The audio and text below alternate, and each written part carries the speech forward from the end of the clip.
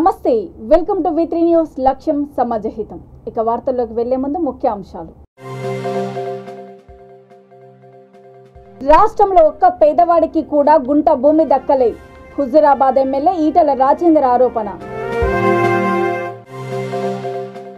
జగన్ కు బుద్ధి చెప్పేందుకు టీడీపీ ఎమ్మెల్సీ అభ్యర్థిని గెలిపించండి మాజీ మంత్రి కాలువ శ్రీనివాసులు పిలుపు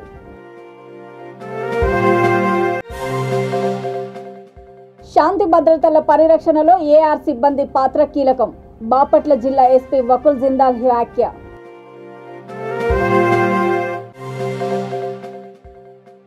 $74 లక్షల విలువ చేసే గంజాయి పట్టివేత ఏలూరు జిల్లా ఎస్పీ రాహుల్ దేవ్ శర్మ వెల్లడి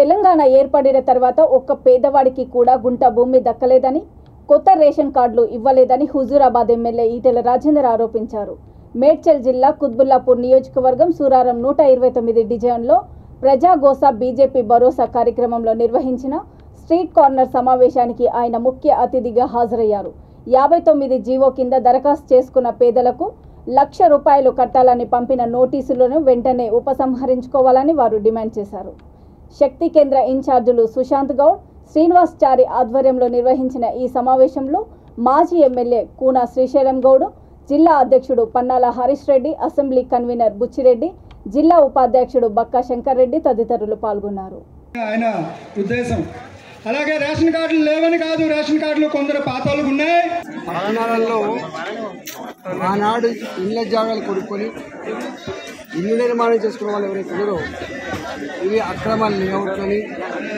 అక్రమ నిర్మాణాలని చెప్పి ఇవాళ నోటీసు ఆనాడేమో రియల్ ఎస్టేట్ వ్యాపారులు ప్లాట్లు చేసి ఇళ్ళ జాగాలు అమ్ముతున్నప్పుడు ఇల్లు కట్టుకున్నప్పుడేమో సపోర్ట్ చేయలేదు కానీ ఇవాళ 20 ఏళ్ళకో 30 ఏళ్ళకో ఇవాళ ఇవి వక్ఫ్ భూములలో ఇల్లు కట్టుకున్నారు ఈ ప్రభుత్వ భూములలో ఇల్లు కట్టుకున్నారు ఇవి డిస్ప్యూట్ లేఅవుట్ పర్మిషన్ లేదని కట్టుకున్నారని చెప్పి జీవో నంబర్ 58 వచ్చింది జగన్ ప్రభుత్వం అన్ని వర్గాల ప్రజలను మోసం చేయడంతో అడుగడుగున విమర్శలు వెల్లువెత్తుతున్నాయని మాజీ మంత్రి కాలువ శ్రీనివాసులు అన్నారు పశ్చిమ రాయలసీమ పట్టభద్రులు టీడీపీ ఎమ్మెల్సీ అభ్యర్థి భూమిరెడ్డి రామ్ గోపాల్ రెడ్డి నామినేషన్ సందర్భంగా అనంతపురం కలెక్టర్ కార్యాలయానికి వచ్చిన ఆయన మీడియాతో మాట్లాడారు రాష్ట్రంలో దుర్మార్గమైన అప్రజాస్వామిక పాలన సాగిస్తూ అన్ని వర్గాల విశ్వాసాన్ని కోల్పోయిన జగన్ రెడ్డికి బుద్ధి చెప్పేందుకు టీడీపీ అభ్యర్థిని గెలిపించాలని కోరారు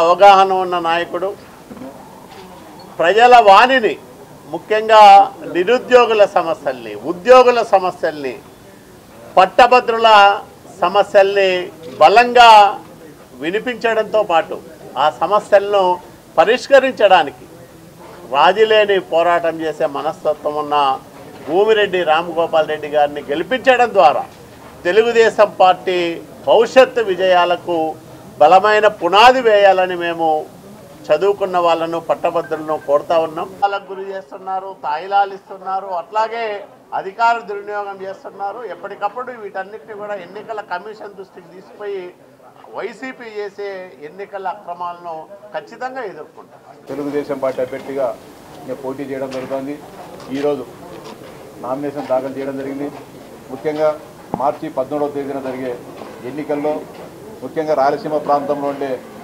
నిరుద్యోగ యువత ఉద్యోగులు ఉపాధ్యాయులు ఈ సమాజంలోని అన్ని వర్గాల వారు ఆలోచించి ఒక మంచి నిర్ణయం తీసుకోవాలని చెప్పి గ్రాడ్యుయేట్ ఓటర్లందరికీ విజ్ఞప్తి చేస్తా ఉన్నా గత 4 సంవత్సరాలుగా ముఖ్యంగా యువత విషయంలో జగన్మోహన్ రెడ్డి చేస్తున్న అన్యాయాన్ని ప్రతిఘటించాలంటే చేసిన మోసాన్ని ఆయనకు బుద్ధి వచ్చేట్టుగా చేయాలంటే నిరుద్యోగ యువతంతా కూడా తెలుగుదేశం పార్టీకి అండగా నిలబడాలని చెప్పి విజ్ఞప్తి చేస్తున్నాం.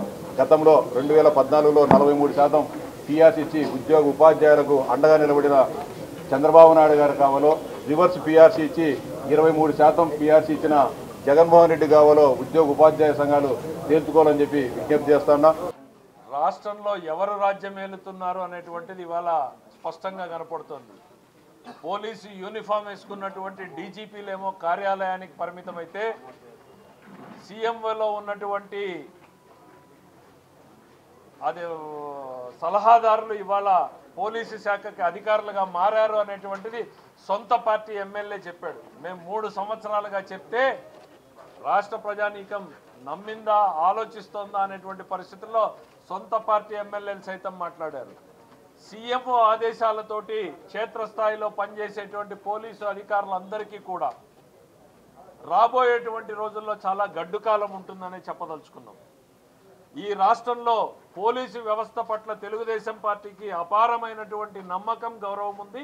చంద్రబాబు నాయుడు గారి ప్రభుత్వంలో పోలీసు వ్యవస్థని దేశంలోనే నంబర్ 1 వ్యవస్థగా రూపొందించాడు. దేశం మొత్తం కూడా ఇక్కడ ఏం జరుగుతోంది, ఎట్లా ట్రైనింగ్ పొందాలి అనేటువంటి దానికి వచ్చారు. ఇవాళ కొద్దిమంది చేతి మీద లెక్క పెట్టగలిగినటువంటి కొద్దిమంది ఆఫీసర్లు చేస్తున్నటువంటి పనుల వల్ల ఎంటైర్ పోలీసు వ్యవస్థకి చెడ్డ పేరు వస్తుంది. గన్నవరంలో జరిగినటువంటి సంఘటనలో తెలుగుదేశం పార్టీ కార్యాలయం మీద నిప్పు పెడితే తెలుగుదేశం పార్టీ నాయకుల్ని అరెస్ట్ చేయడం. శాంతి భద్రతల పరిరక్షణలో ఏఆర్ సిబ్బంది పాత్ర కీలకమని బాపట్ల జిల్లా ఎస్పీ వకుల్ జిందాల్ అన్నారు. జిల్లా పోలీస్ ప్రధాన కార్యాలయం పరేడ్ గ్రౌండ్లో జిల్లాల సాయుధ పోలీసు బలగాలకు నిర్వహించిన డిమొబిలైజేషన్ ముగింపు కార్యక్రమంలో ఆయన ముఖ్య అతిథిగా పాల్గొన్నారు. ఏఆర్ సిబ్బంది సంక్షేమానికి పలు చర్యలు తీసుకుంటూ వివిధ పథకాలు అమలు చేస్తున్నామని అన్నారు. వ్యక్తిగత క్రమశిక్షణను పాటిస్తూ పోలీస్ శాఖ పటిష్ట మరింత పెరిగేలా సాయుధ బలగాల పనితీరు ఉండాలని సూచించారు. అనంతరము పోలీసు బలగాల ప్లాటూన్లను పరిశీలించారు.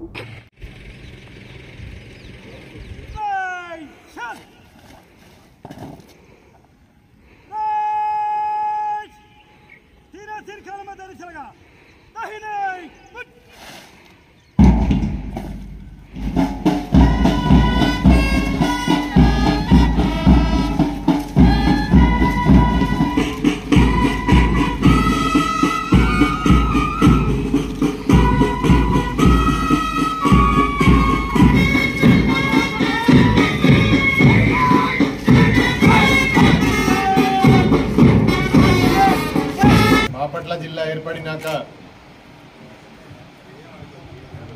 మనకి first annual AR mobilization demobilization parade ఈరోజు నిర్వహించడం జరుగుతుంది. చాలా సంతోషంగా ఉంది. సో మన జిల్లా ఏర్పడినాక కొంతసేపు తర్వాత ఆర్మ్డ్ రిజర్వ్ పూర్తిగా ఏర్పడింది. దాంట్లో గుంటూరు జిల్లా నుంచి, అదేవిధంగా ప్రకాశం జిల్లా నుంచి సిబ్బంది వచ్చారు.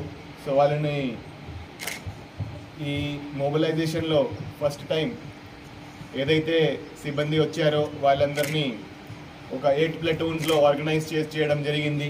ప్రతి ప్లటూన్లో సుమారు 40 మంది పెట్టేసి వాళ్ళకి 8 ప్లటూన్స్లో ఆర్గనైజ్ చేయడం జరిగింది. సో ఇది మన జిల్లా హిస్టరీలో ఒక ల్యాండ్ మార్క్.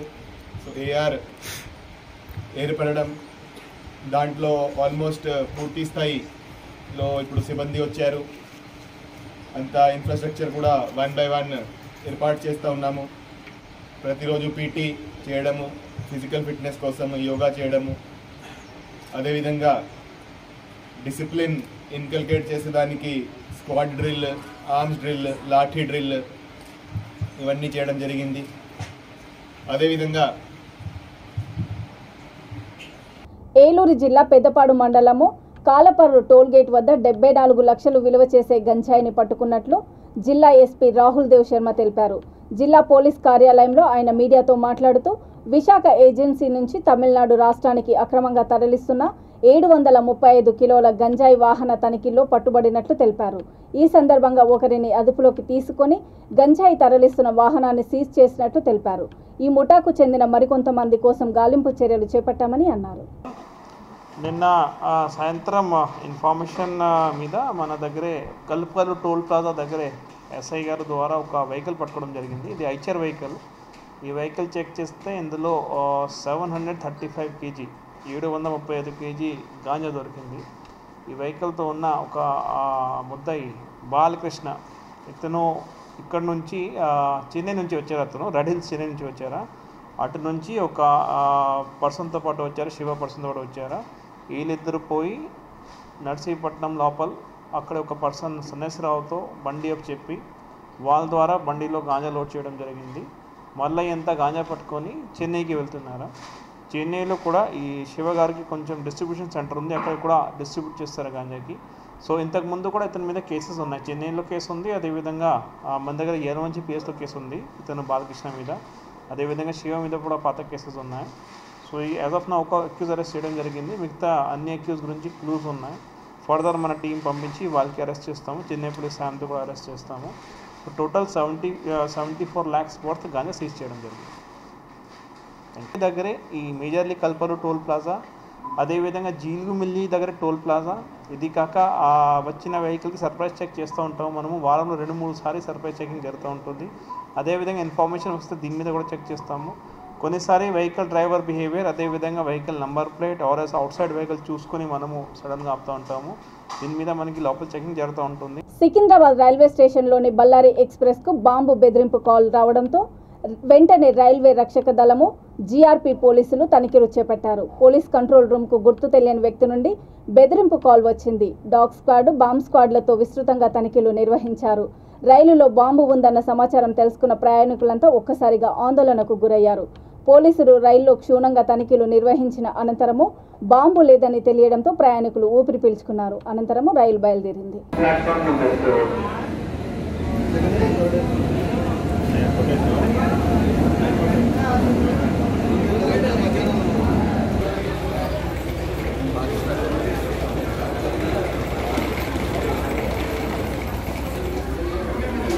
ఎమ్మెల్సీ ఎన్నికల నామినేషన్ నేపథ్యంలో వైసీపీ నాయకులకు ఎన్నికల కోడ్ వర్తించదా అంటూ సోషల్ మీడియాలో ఆ పార్టీ నాయకుల ర్యాలీ వీడియోలు వైరల్గా మారాయి. ముఖ్యంగా పశ్చిమ రాయలసీమ పట్టభద్రుల ఎమ్మెల్సీ అభ్యర్థిగా వెన్నపూస గోపాల్ రెడ్డి, ఉపాధ్యాయ ఎమ్మెల్సీగా మంగమ్మ నామినేషన్ దాఖలు చేయడానికి కలెక్టర్ కార్యాలయానికి పెద్ద ఎత్తున పార్టీ నేతలతో ర్యాలీగా వచ్చారు. అయితే ఎన్నికల నిబంధన మేరకు ర్యాలీలు అనుమతి లేదని పోలీసులు చెబుతున్నారు. ఈ నేపథ్యంలో ఎన్నికల కోడ్ వైకాపా నాయకులకు వర్తించదా అంటూ పలువురు సోషల్ మీడియాలో ప్రశ్నిస్తున్నారు. గంటల ఎమ్మెల్సీ అభ్యర్థి రవీంద్రారెడ్డి నామినేషన్ సమయంలో ర్యాలీగా వస్తూ చెప్పులు వేసుకొని అంబేద్కర్ విగ్రహానికి పూలమాల వేయడాన్ని ఎస్సీ, ఎస్టీ సంఘం నాయకులు తీవ్రంగా ఖండించారు.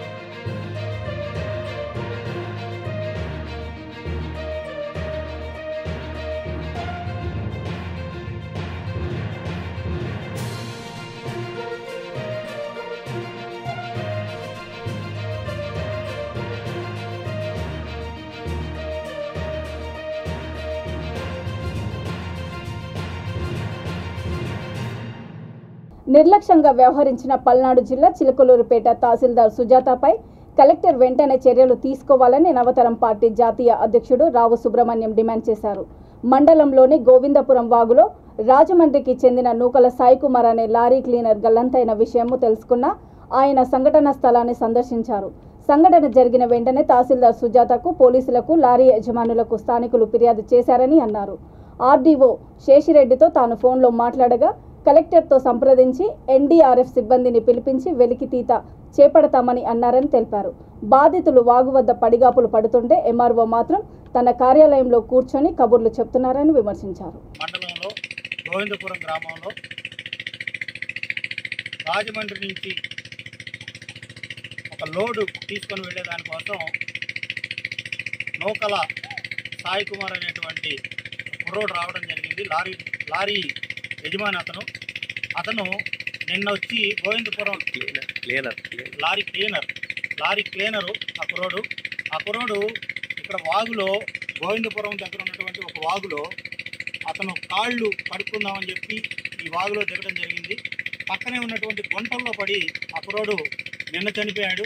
నిన్న చనిపోతే కనీసం రెవెన్యూ అధికారులు పట్టించుకున్నటువంటి పరిస్థితి లేదు. పోలీసులు వచ్చినప్పటికీ కూడా ఎన్డీఆర్ఎఫ్ సిబ్బంది రావాలని చెప్పి పోలీసులు చెప్తా ఉన్నారు. మౌలానా అబ్దుల్ కలాం ఆజాద్ ప్రముఖ జాతీయతావాది, దేశ విభజనకు పూర్తి వ్యతిరేకి, దేశ లౌకికత్వానికి ప్రతీక అని బాపట్ల సప్తస్వర సంగీత కళాశాల ప్రిన్సిపల్ కె కోటిరాజ్ కొనియాడారు. బాపట్ల జిల్లా బాపట్లలో ప్రముఖ స్వాతంత్ర సమరవీరుడు, దేశ తొలి విద్యాశాఖ మంత్రి మౌలానా అబ్దుల్ కలాం ఆజాద్ 65వ వర్ధంతి సభ నిర్వహించారు.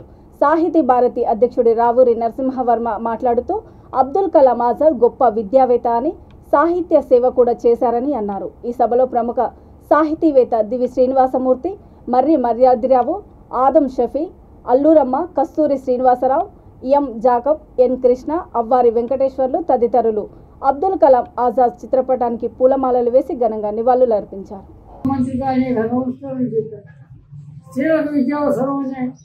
ఆయన విధానాన్ని అమలు చేశారు. అలాంటి మహానుభావుడైన అబ్దుల్ కలాం సంగీత కళాశాల సాహిత్య ధన్యవాదాలు. అబ్దుల్ కలాం ఆజాద్ గారు మహాదేశభక్తుడు. ఆయన భారతదేశంలో విడిపోవడానికి ఏ మాత్రం కూడా అంగీకరించినటువంటి మహావ్యక్తి, దేశం కోసం ఎన్నో విధాల పోరాడినటువంటి మహానీయుడు. అయితే ఆయన కొన్ని కారణాల వల్ల భారతదేశం పాకిస్తాన్ విడిపోవటం, ఆ విడిపోయిన తర్వాత మొట్టమొదటి భారతదేశంలో విద్యాశాఖ మంత్రిగా పనిచేసినటువంటి జవహర్లాల్ నెహ్రూ హయాంలో పనిచేసినటువంటి మహానీయుడు. ఈయన స్త్రీలకు, బాలికల అందరికీ కూడా 14 సంవత్సరాల లోప తప్పనిసరిగా విద్య కావాలని కోరుకున్నటువంటి మహానీయుడు మన అబ్దుల్ కలాం గారు. ఆయన విద్యాశాఖ మంత్రిగా పనిచేసి అనేకమైనటువంటి మార్పుని విద్యా విధానంలో తీసుకొచ్చారు.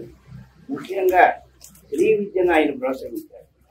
చదువు అనే దానికి ఆడ మగ తేడా లేదని, అందరూ చదువుకోవాలని, విజ్ఞానవంతులు కావాలి అనేది మన పూర్వం ప్రాచీన సంప్రదాయంలో ఉన్న ఈ మధ్యకాలంలో వచ్చినటువంటి కొన్ని మూఢనమ్మకాల వల్ల ఆ స్త్రీకి విద్య దూరమైంది.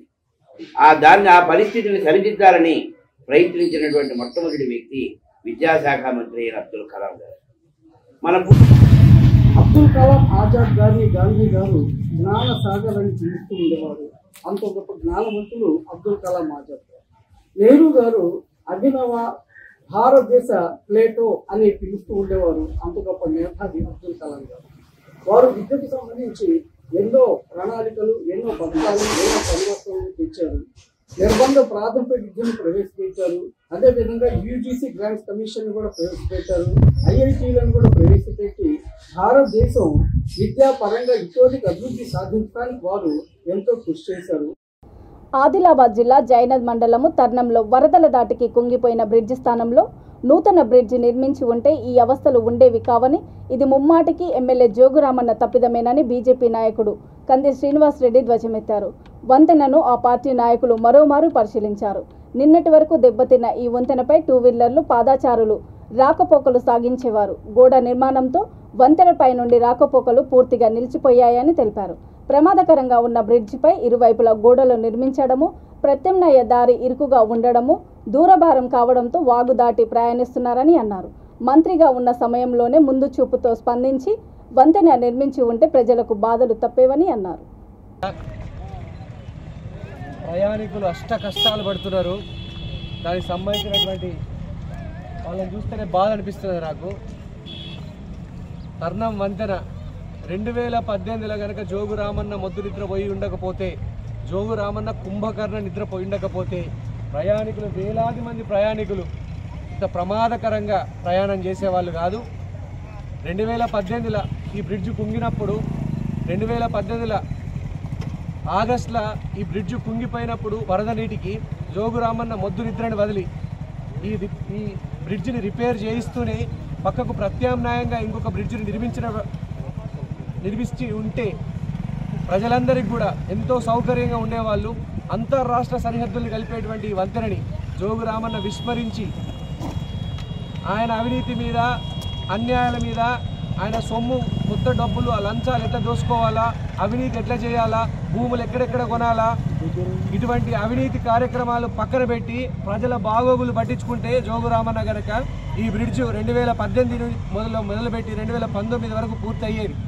రిజర్వాయర్ల సామర్థ్యం పెరిగేది కనుక, పెరిగితే కనుక వరద నీరు వచ్చేది కాదు. అక్కడ రిజర్వాయర్ల సామర్థ్యం పెరగలే.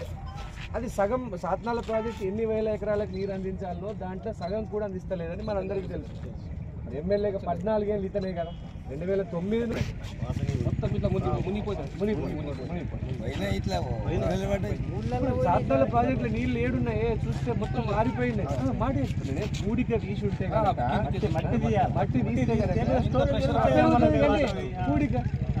పూడిక తీసేయండి. 2009 నుంచి మనకు ఒకటే ఎమ్మెల్యేగా 2009 నుంచి 4 సార్లు గెలిపించాం కదా.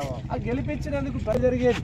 సాత్నాల ప్రాజెక్టుల ముంపు గ్రామాలకు నీళ్ళు వచ్చేటి, వరద నీరు వచ్చేటి. పాలనల ఈ పాపం అంతా జోగు రామన్న పాపం బద్దలైనటువంటి క్షణం ఇది. ఇంతవరకు జోగు రామన్న సైలెంట్గా పైసలు మింగేసిన ఎవరికి తెలవలే.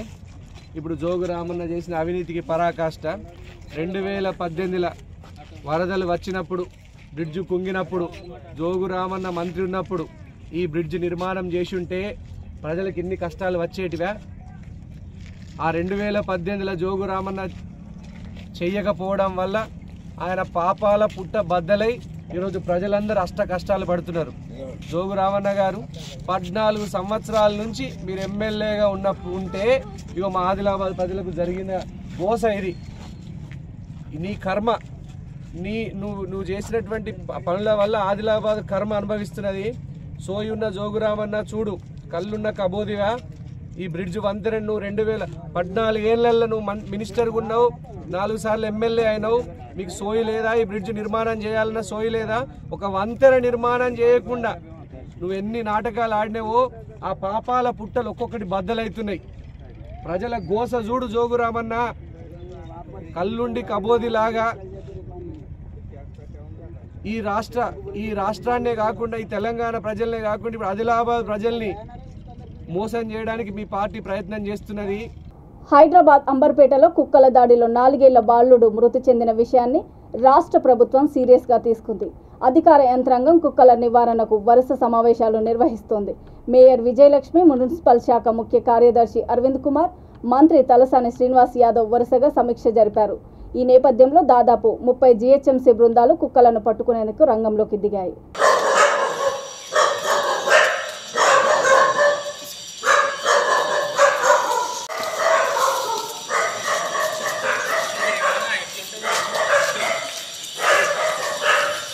వార్తలు ముగించే ముందు ముఖ్యాంశాలు మరోసారి. రాష్ట్రంలో ఒక్క పేదవాడికి కూడా గుంట భూమి దక్కలే. హుజూరాబాద్ ఎమ్మెల్యే ఈటెల రాజేందర్ ఆరోపణ. జగన్ కు బుద్ధి చెప్పేందుకు టీడీపీ ఎమ్మెల్సీ అభ్యర్థిని గెలిపించండి. మాజీ మంత్రి కాలువ శ్రీనివాసులు పిలుపు.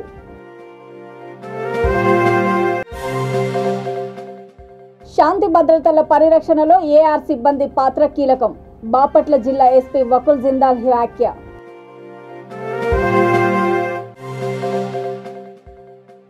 $74 లక్షల విలువ చేసే గంజాయి పట్టివేత. ఏలూరు జిల్లా ఎస్పీ రాహుల్ దేవ్ శర్మ వెల్లడి. చూస్తూనే ఉండండి V3 న్యూస్, లక్ష్యం సమాజహితం. నమస్తే.